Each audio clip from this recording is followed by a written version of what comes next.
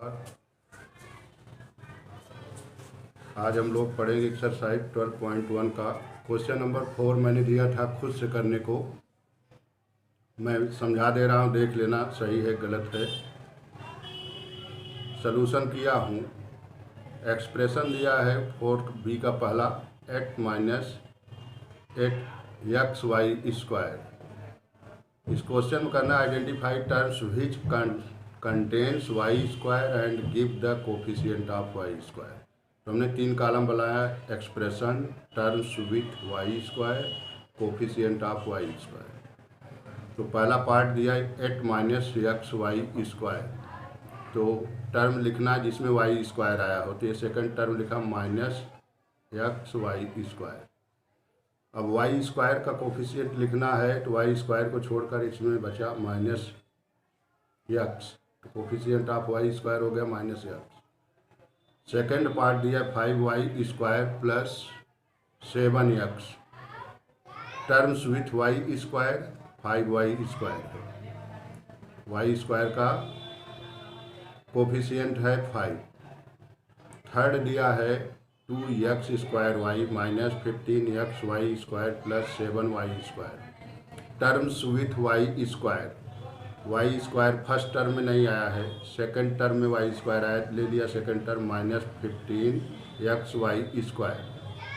और last term 7y², इसमें भी y² आया है, तो ले लिया 7y²। अब इसका कोफिशिएंट y² का y² छोड़कर लिख लो -15x, और सेकंड में y² का कोफिशिएंट आ गया 7। इस प्रकार ये पार्ट पूरा हो गया।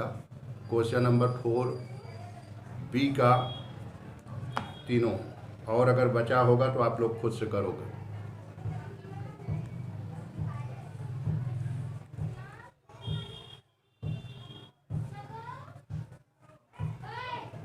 क्वेश्चन नंबर 5,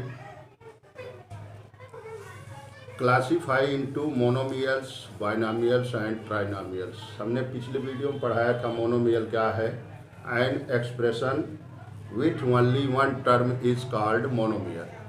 कोई अलजेब्रिक एक्सप्रेशन दिया, ओनली वन टर्म है तो मोनोमियल है। And expression which contains 2 terms is called binomial. And trinomial and algebraic expression which contains 3 terms is called trinomial.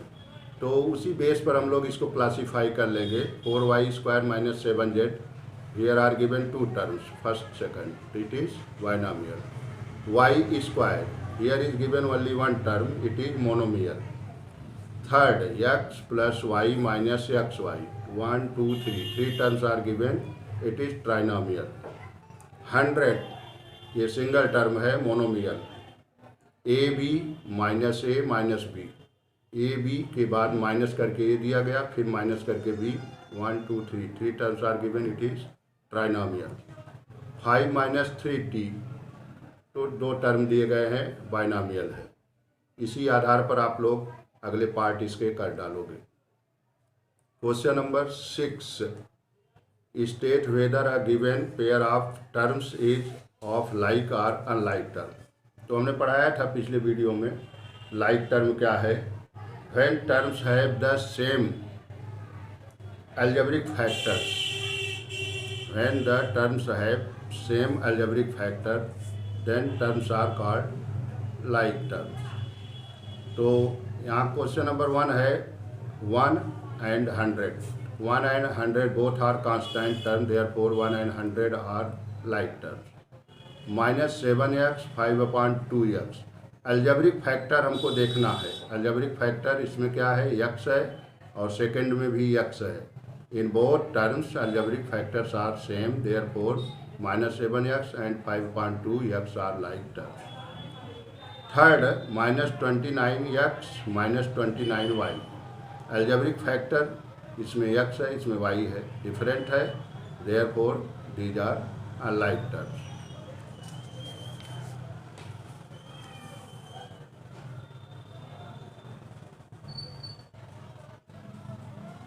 Fourth part है 14xy 42yx, algebraic factor x y है, इधर भी x y है, क्रम केवल चेंज हुआ है, y x लिखा है, क्रम से नहीं मतलब है, अलजेब्रिक फैक्टर सेम हो। अलजेब्रिक फैक्टर x है, इसमें भी x है, इधर y है, इसमें भी y है। In both terms algebraic factors are same, therefore 14xy and 42yx are like terms. यहाँ लाइक टर्म्स लिख देंगे। 4m square p 4mp square algebraic factor, इसमें m स्क्वायर m 2 टाइम्स होगा, m हो जाएगा और p हो जाएगा। इधर m एक ही बार है तो अलजेब्रिक फैक्टर m 2 बार आया, इधर 1 बार आया, डिफरेंट हो गया। p 1 बार है, p स्क्वायर है तो अलजेब्रिक फैक्टर इसका p 2 टाइम्स हो गया, तो लाइक नहीं है, अनलाइक टर्म्स है। 12x स्क्वायर z स्क्वायर तो अलजेब्रिक फैक्टर x 1 बार आया, z 1 बार आया, इधर 2 बार x होगा, z भी 2 बार, तो अनलाइक टर्म है। तो इस प्रकार हम लोग लाइक और अनलाइक टर्म पहचान करके उसके आगे लिख देंगे। Question number 7, identify like terms in the following. तो बुक में क्वेश्चन दिया हुआ है, मैंने सोल्यूशन किया है। तो लाइक टर्म कौन है उसका पेयर हमने साथ में लिख लिया। तो पहला -xy स्क्वायर 2xy स्क्वायर, तो अलजेब्रिक फैक्टर देख लेंगे आप लोग जो दिया है क्वेश्चन में। तो x -xy square algebraic factor x y 2 बार हो जाएगा, x y लाइक टर्म है। -4y square 20x square y square, तो x का पावर 2, इधर भी 2 है, y का सिंगल है। In both terms algebraic factors are same, therefore these are like terms. ऐसे इसमें देखोगे आगे बढ़ोगे तो 8x square -11x square -6x square algebraic factor x square है, ये सब एक साथ आ जाएंगे लाइक टर्म में। 7y और y आ जाएगा, अलजेब्रिक फैक्टर y है। -100x 3x, इसमें भी सेम है, इसके लिए दोनों साथ में रखा। -100x 3x, तो अलजेब्रिक फैक्टर दोनों सेम है, इसके लिए मैंने दोनों साथ में रखा। -11yx 2xy, तो yx फैक्टर है अलजेब्रिक, इसमें भी है, इसके लिए दोनों साथ में रखा। तो इस प्रकार से इसको समझ करके आप लोग उसमें क्वेश्चन में देखोगे, जिनके अलजेब्रिक फैक्टर सेम है उनको साथ में रखते चले जाइएगा, आपका बन जाएगा लाइक टर्म का पेयर। बी पार्ट, उसमें भी यही काम करना है, लाइक टर्म को एक साथ रखना है। तो मैंने इसमें सोल्यूशन किया है। 10pq लिया, -7qp लिया, 78qp लिया, तो अलजेब्रिक फैक्टर qp मिल गया है, ये लाइक टर्म का हो गया ग्रुप। सेकंड में 7p 2405p, algebraic factor p दोनों मिलान कर रहा था, इसके लिए दोनों साथ में लिया। फिर अगला बनाया हमने 8q और -100q का, अलजेब्रिक फैक्टर q है। नेक्स्ट पार्ट इसका हमने बनाया पेयर लाइक टर्म का p स्क्वायर q स्क्वायर, तो q स्क्वायर p का पावर 2 है, इसमें भी p है, फैक्टर p के रूप में सेम है, q वाला भी डबल टाइम आया है, ये भी सेम है। -2341 कांस्टेंट टर्म है, तो कांस्टेंट नंबर चेंज होने से कोई मतलब नहीं है, कांस्टेंट है तो लाइक टर्म हो जाएगा।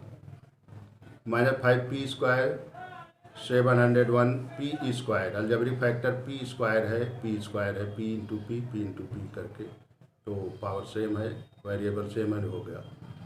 13p square q and qp square, algebraic factor p square और इधर भी p स्क्वायर है, इसमें q। तो इस प्रकार से आप लोग क्वेश्चन नंबर 7 का A-B क्वेश्चन से सेलेक्ट करके लाइक टर्म साथ में आप लिखते चले जाना। इस प्रकार ये एक्सरसाइज आपकी फिनिश हो गई।